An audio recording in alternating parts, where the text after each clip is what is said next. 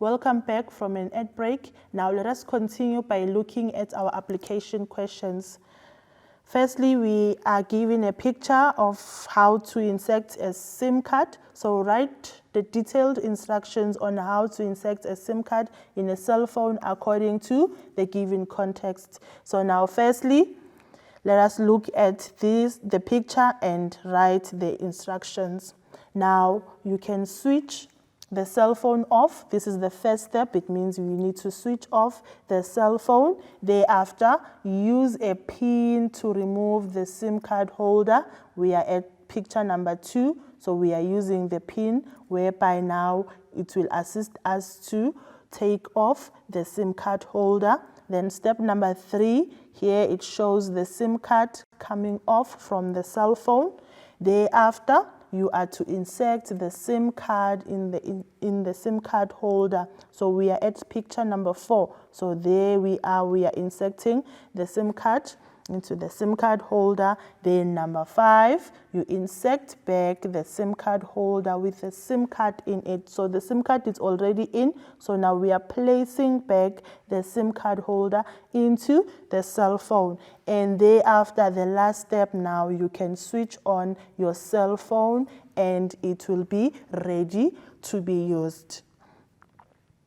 Then secondly, a playhouse was bought and needs to be assembled for a birthday party. Write detailed instructions as they appear on the manual. So now in this case, we are given a manual and there are no instructions, and we are to write the detailed instructions on how this playhouse can be assembled or built up. So now firstly, we are going to use the base wall, meaning this will be our base wall. Then build a tower in the middle of the base wall. So in this base wall, we are going to be building this tower. So there it is. We are building a tower inside, and then attach all 4 wall sides. So these are the wall sides. So it means we are going to attach them together. And the roof, make sure they are tight. So now attaching all the 4 walls. So these are the 4 walls, and thereafter we are going to add or attach the roof. So we also need to make sure that they are tight. So now using the screws, you will be provided the screws, maybe even your Allen key, whereby now you'll be using it to tighten all these 4 walls as well as the roof.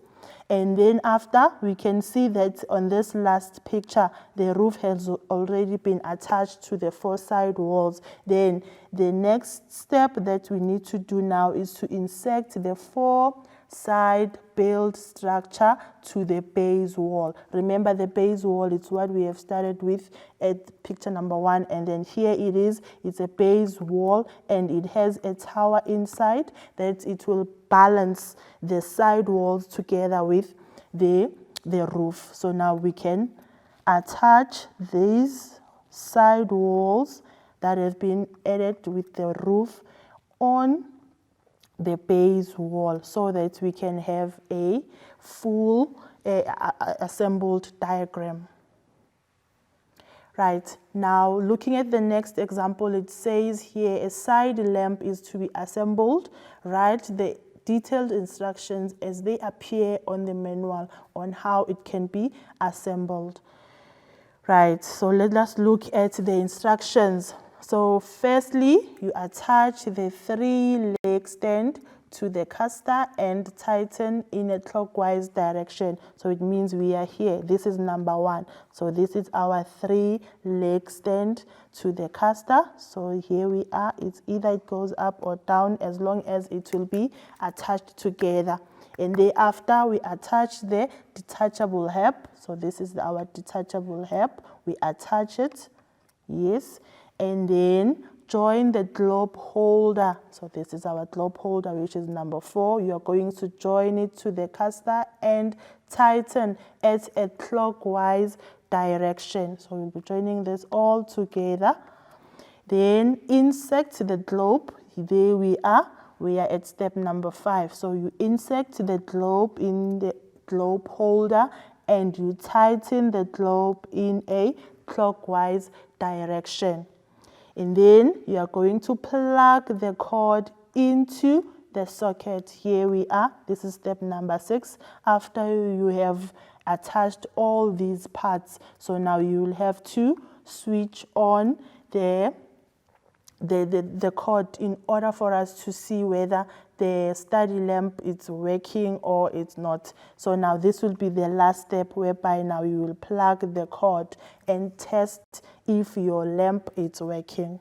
So now we are going to take a quick ad break. We will be right back.